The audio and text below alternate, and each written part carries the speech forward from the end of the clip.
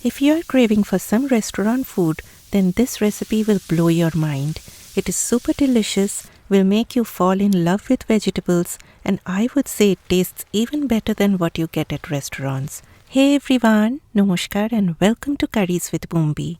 And today we will be making Veg Kadai. What is Kadhai, you must be thinking? Kadhai is actually a wok, but if you do not have one, then you can definitely make it in a frying pan. We will first make an aromatic spice blend for this recipe. Pot or pan on medium-low heat. Coriander seeds, cumin seeds, few black peppercorns, and a dry red chili.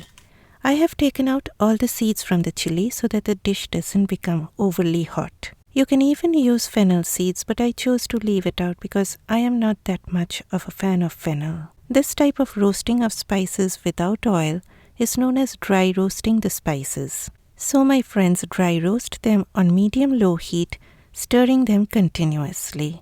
Roast them to the point when you start smelling the spices. They shouldn't turn too brown because if you roast them too much, they will give a bitter taste to the dish. So little bit of roasting goes a long way. My nose has got the first wisp of that roasted aroma, so off heat and into a bowl. Allow the spices to cool down and then give them a coarse grind either in a spice grinder or using a mortar and a pestle. You need a coarse grind like this. Pot back on medium-high heat, 2 tablespoons of oil. Once the oil turns hot, add broccoli. Now usually green capsicum is added, but I really don't like the taste of green capsicum, so I added broccoli. So it's up to you what you want to use. Once the green color of the broccoli intensifies and they start to become a little soft, add red bell peppers. Again, if you are using green capsicum, then you need not use red bell peppers. But you can definitely use a combination of both green and red bell peppers to make this dish look colorful. I added a sprinkle of salt. Fry the veggies on a fairly high heat, but you do not want them to turn mushy and soft. These vegetables should have a crunch in them, so just fry them for a few minutes. And I added the broccoli first because broccoli takes a little more time compared to the other vegetables to reach that desired softness. Stir the bell peppers for about 2 to 3 minutes and then add the onion. I took a small red onion, cut it into quarters and separated them just like petals. Just give a brief stir. You do not want any of these 3 vegetables to lose their color. They should stand out in the dish and look bold and beautiful. Okay, off heat and onto a bowl, and they wait till their turn arrives to jump back in. Back to the pot. 3 more tablespoons of oil. Now comes the next set of veggies. Carrots go in. Stir on medium-high heat for about 2 minutes. Next, it's time for Mr. Potato to go in. Stir for about 3 minutes. Then comes cauliflower along with a sprinkle of salt because we need to season the veggies as we move on. I also added a pinch of turmeric powder. Stir everything on medium-high heat for about 5 minutes. Now take them out into a bowl. See how this recipe is going in different stages, but it is going to be really yummy. Just trust me. I do not need to add any more oil because there is still some left. Add a teaspoon of cumin seeds and fry them for 2 seconds on low heat. And then add finely chopped onions. A sprinkle of salt to help the onions soften up faster. Fry the onions on medium heat till they turn golden color. Guys, do not brown them too much. As soon as you see them getting pale and looking bit golden in color, lower the heat of your stove to low and add a splash of water because it is spice time. Turmeric powder and red chili powder. If you do not want that heat, you can even use paprika. Fry on low heat for a minute and it's time for the aromatics.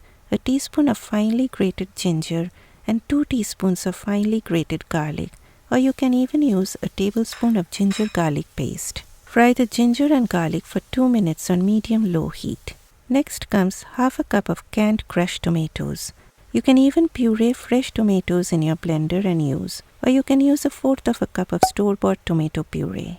Fry everything on medium heat till most of the moisture dries up and you are left with this thick, pasty kind of consistency. This took me about 5 minutes, or little more if you are using fresh tomatoes. Then the carrots, potatoes and cauliflower again jump into the pot. And guys, do not forget all that bowl juice. Scrape everything till that last drop because we do not want to lose even a drop of all that goodness. Stir the veggies along with the tomatoes on medium-high heat. Salt goes in and then add about 3/4 of a cup of hot water.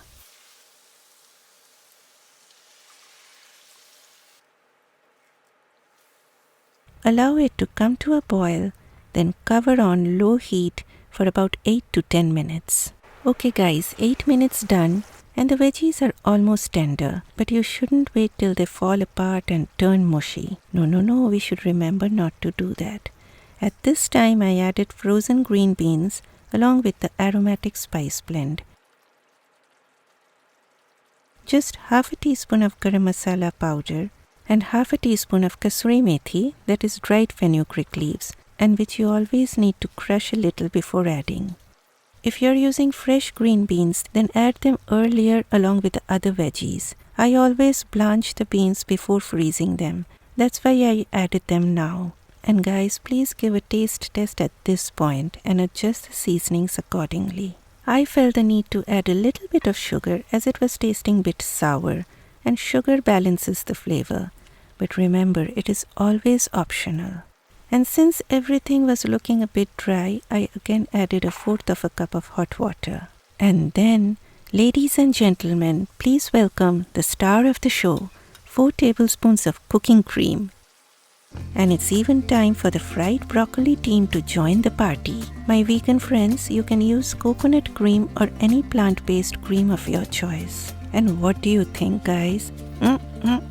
You will be really proud of yourself. If you are someone who stays away from vegetables, then please give this recipe a try, and I can guarantee you that you will make this quite frequently. My friends, this is a total restaurant quality food and you will fall in love with it. Serve this with rice or roti or naan. And please do not forget to click that like button for me. Bye bye.